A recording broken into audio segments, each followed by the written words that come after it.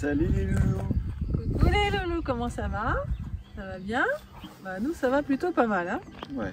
hein, on est très contents là. On avait envie de vous faire une visite de chantier. D'habitude on fait un live sur Facebook, mais là on voulait faire une petite vidéo parce qu'il y a pas mal de choses qui ont été faites.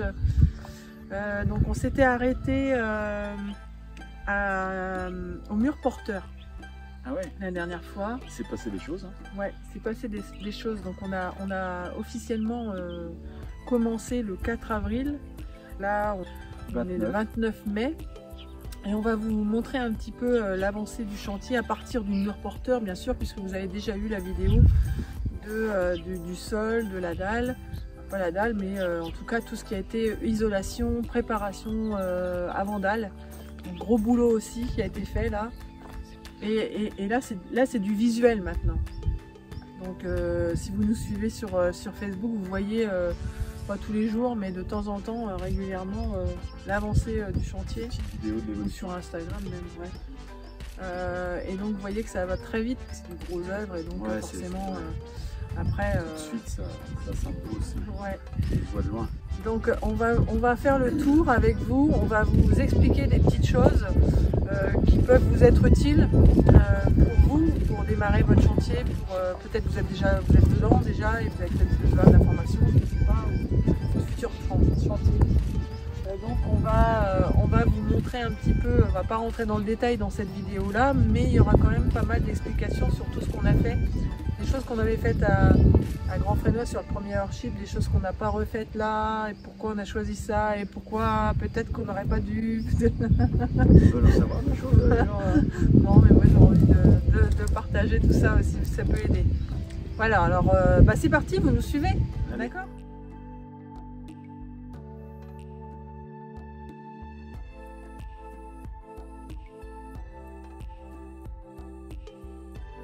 Donc, on revoit un petit peu là, le mur porteur qui a été fait. Voilà, avec les bracons pour le maintenir au sol. Alors qu'est-ce que tu appelles les bracons? Ici, là. Voilà. Okay. Ça, ce sont des bracons en fait qui sont mis sur toute la longueur pour tenir la perpendiculareté du mur porteur lorsqu'on va poser la charpente. Sur lequel on a mis et été fait un échafaudage pour pouvoir circuler. Et maintenant, c'est une desserte à outils.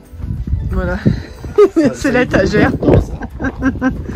Donc mur porteur fait, ce qui a été fait aussi c'est en fait la pose de cette poutre. Ah oui, bah, ouais, ça fait partie du mur porteur, mais c'est vrai que on les a posées voilà, les unes à côté des autres, coupées à longueur, posées au fur et à mesure, vissées, clouées.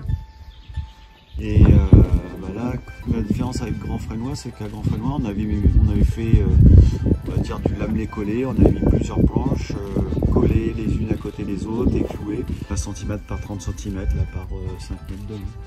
Et après ça, donc une fois le mur porteur fait, on a fait le linteau béton de chaque côté de la maison, c'est-à-dire côté sud et côté nord. Ces deux-là ont été faits pourquoi? Bah, tout simplement pour régulariser, on va dire, le niveau, que ce soit bien plan et pour rigidifier l'ensemble de la structure. Et c'est ce qui va recevoir aussi d'un côté la charpente et de l'autre côté la barrière. Donc ce sont des bases importantes. Donc là il y a un petit peu de préparation Voilà. Il faut être précis dans la préparation, surtout pour la hauteur, parce qu'il y a des hauteurs à respecter. Donc, ouais, et la mise en place en fait du coffrage, c'est super long à faire. Ouais. C'est super long à faire. Il y a du patchwork à faire, je vous raconte pas. Après, on a fait la préparation des fermettes en extrémité des poutres en I. Les fermettes, c'est la partie côté sud qui va recevoir les panneaux photovoltaïques, qui est inclinée, mais qui est directement fixée sur les fermes en I. Donc tout ça, ça a été préparé au sol. Et puis on a posé ça les unes derrière les autres avec l'espacement qui allait bien, quoi, sur toute la longueur. Il y a combien de fermettes? Il y a 52 fermettes qui font 8,50 m. Je rappelle qu'on a un Earthship qui fait 30 mètres de long, hein, donc il fait 230 mètres carrés au sol. Donc c'est un grand Earthship. Donc c'est vrai que on pourrait dire ça met du temps, etc. Même si ça va vite, mais généralement les Earthships on passe souvent cette taille-là, et donc ça va encore plus vite que ça. Ouais. Donc voilà, faut vraiment se référer, c'est à la superficie de notre Earthship aussi. Quand la charpente a été posée, il y a eu aussi c'est des entretoises pour ça, c'est des consolider. Entretoises qui s'appellent des anti-déversements, c'est-à-dire que ça évite aux poutres de tomber, parce que si on met des poutres qui sont parallèles les unes aux autres, ce qui se passe, c'est que elles peuvent toutes tomber dans ce sens-là, tu vois. Donc là, on met une petite poutre en travers pour contreventer tout ça et que ça se tienne. Une fois les fermettes posées. Une fois les fermettes posées, on a fait la préparation aussi des bois de la verrière. Cela, par contre, comme il y avait du délai pour du lamelé collé, on l'a fait nous-mêmes aussi. Ce sont deux planches qui sont collées l'une à côté de l'autre et qui ont été rabotées sur les câbles. Une fois ça fait... Voilà, on a commencé à passer les utilités. Les utilités, vous voyez, c'est les 3 spaghettis blancs là qui descendent, qui vont servir à faire de la VMI, de la ventilation mécanique d'insufflation, qui sera juste avec le puits canadien, qui sera connecté au puits canadien et qui va envoyer dans les différentes pièces de l'air chaud, de l'air frais, suivant si c'est l'été ou l'hiver. Donc ça, petit rappel pour ceux qui n'ont pas vu les vidéos précédentes, on a changé le système parce que pour une question de terrain aussi, parce qu'il y a une route derrière passante. Donc le puits canadien, comme on l'a fait à Grand Fresnoy, les tubes, ça amène le bruit. Donc on a préféré faire on va dire le vrai entre guillemets puits canadien, comme on l'appelle vraiment. Donc avec un puits qui est sous terre à 3 mètres de profondeur. Voilà, et qui fait 40 mètres de longueur. Voilà, donc comme ça, le puits ressort dans notre terrain très loin. Et le bruit là où il n'y a pas de se bruit. propager. Et voilà. Donc c'était ça surtout aussi. Mais sinon ça fonctionne très très bien à Grand Fresnoy, les puits comme on les a fait façon Earthship quoi. Ouais. Mis à part le bruit. Mais nous comme on est dans un endroit plutôt calme, ça ne passe. Enfin il n'y a pas de bruit qui passe puisque c'est calme. T'as préparé aussi l'arrivée de. Oui, l'arrivée pour l'eau chaude sanitaire solaire. Ouais.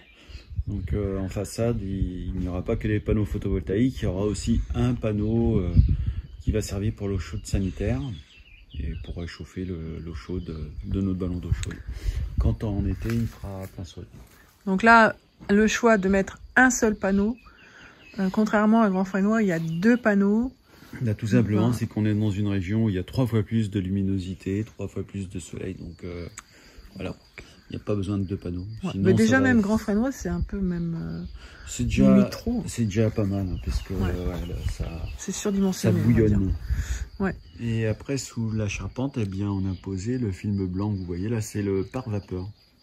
C'est lui qui va laisser migrer la vapeur d'eau à travers et laisser le chanvre, par exemple, récupérer l'eau et après, dans l'autre sens, pouvoir récupérer aussi l'humidité si c'est trop sec à l'intérieur de la maison.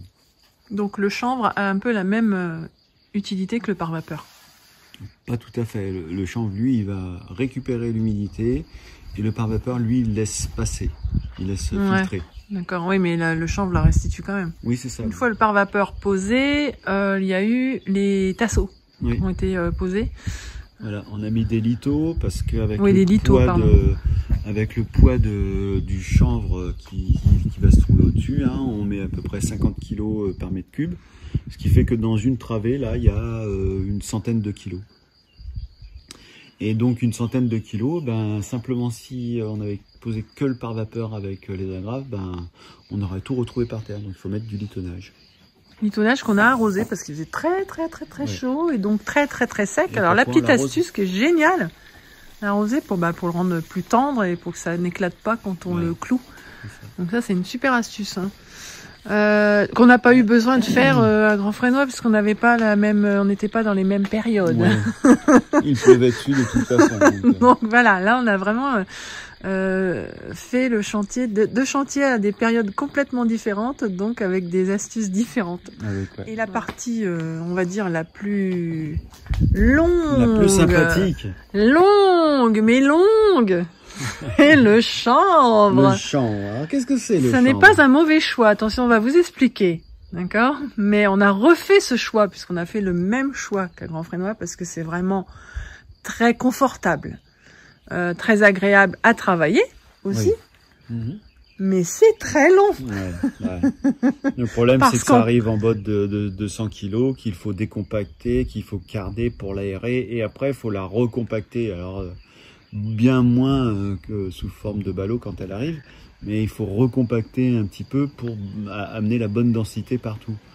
Et c'est vrai que il faut décompacter, carder, et puis après on l'emmène, et puis il faut le reposer, il faut recompacter. Encore une fois, c'est une maison de 230 mètres carrés, donc une toiture de 300 mètres carrés, d'accord? Donc c'est énorme, énorme. Donc on a mis, on n'a pas tout à fait fini encore, mais en gros 3 semaines. Autant que à Grand Fresnoy, avec 2 façons de faire différentes. C'est ça. Mais sincèrement, celle-ci, je la referai plus. Ça, c'est sûr. Trop de manipulation de... Bon, après, avec... il faut être sûr d'avoir un temps... du soleil tout le temps. Voilà. On n'est jamais sûr d'avoir un peu de pluie. Et même si c'est un tout petit peu de pluie, ça reste de la pluie. Et donc, il faut toujours abriter, toujours bâcher, toujours protéger, déplacer. Donc là, ça a été une manipulation de fou. Et franchement, cette méthode, non. La méthode en fait de mettre le chanvre par-dessus, très bien s'il fait soleil, très bien, parce qu'on peut travailler au même endroit et encore là, parce que le terrain aussi, si vous avez un terrain qui s'y prête avec de la place derrière, très bien, mettez la tente derrière. Là, on avait une tente aussi pour pouvoir abriter le chanvre, mais encore on n'en aurait pas eu assez de cette tente parce que ça prend un volume de dingue. Parce qu'il y a combien de tonnes? Au total, il y a 5 tonnes et demie. 5 tonnes et demie de chanvre. Alors, compacté déjà, ça prend du volume parce qu'il y avait 27 ballots, peut-être un peu. 27 ballots. Ça, donc, quand c'est décompacté, c'est un volume de dingue. Donc, il faut vraiment avoir de la place derrière le terrain. Donc, le mieux, le plus près du chantier, on va dire, de là où ça va se placer. Donc, nous, on a été un peu loin du terrain. Après, on s'est mis en dessous parce qu'il pleuvait. Après, on s'est mis derrière parce qu'il faisait soleil et qu'on pouvait le mettre. Et après, le lendemain, ils annonçaient de la flotte. Fallait tout bâcher, fallait déplacer. Fallait... Sport, c'est vrai. Donc mais bon, là, c'est presque terminé. L'insufflation par le dessous, même s'il fait beau. Ça, c'est une étape qui est presque finie. Et franchement, j'ai hâte. Je ne peux plus voir ce chanvre. Et c'est tant mieux. Et pourtant, j'adore le chanvre. Mais là, je ne peux plus le voir. Ah, une chose aussi, et bien sûr, c'est la verrière qui a été posée. Regardez comme elle est belle. Avec les joints aussi. Et puis, l'étanchéité en partie basse, là. La porte, maintenant, qu'on voit en place. Puis les 2 Velux aussi. Voilà, les joints ont été mis. Et puis, les protections, les caches, en fait, ont été découpées, je crois aussi. À longueur, et puis les vitres arrivent. Tout ce qui est préparé pour la verrière, en fait, tous les éléments de l'étanchéité ont été préparés. Maintenant, il manque les vitres pour pouvoir terminer cette partie. Les vitres arrivent, elles sont posées cette semaine, que ce soit la verrière ou les vitres intérieures aussi. Donc ensuite, ce qui a changé aussi sur le toit, c'est que on a mis, contrairement à Grand Fresnoy, c'est des plaques de OSB. Ouais. À Grand Fresnoy, on avait mis de l'isorel qui fait 20 mm d'épaisseur. Mais le problème de ça, c'est que l'isorel, tu passes facilement à travers. Donc, pour des soucis de sécurité, on a préféré mettre de l'OSB ici, qui est en 12 mm. Alors, c'est moins isolant que l'isorel, très certainement, mais c'est bien plus sécure. Donc, ouais, plus sécure. Donc là, on a aussi posé le pare-pluie. En partie, on n'a pas fini encore la toiture. Il ne reste pas grand-chose. Cette semaine, c'est fini. Voilà, le pare-pluie est posé et puis il n'y a plus que les lithos à poser, à clouer et le toit qui va venir par-dessus. Alors voilà, on a fait le tour donc du chantier. Donc vous avez vu qu'en 2 semaines de temps, ça a bien avancé, mais encore une fois, c'est du visuel. On a des super équipes de bénévoles qui viennent apprendre et qui en contrepartie nous aider. Donc c'est un bel échange, des belles rencontres, c'est vraiment génial. Ils sont contents de venir et puis ils ont envie de revenir, c'est super. Il y en a qui sont abonnés. Et ben on vous dit à bientôt les loulous. Abonne-toi aussi. On va profiter un petit peu du soleil là, parce que voilà, on en profite. Allez, Aujourd'hui, ciao, on fait ciao. rien. Bisous.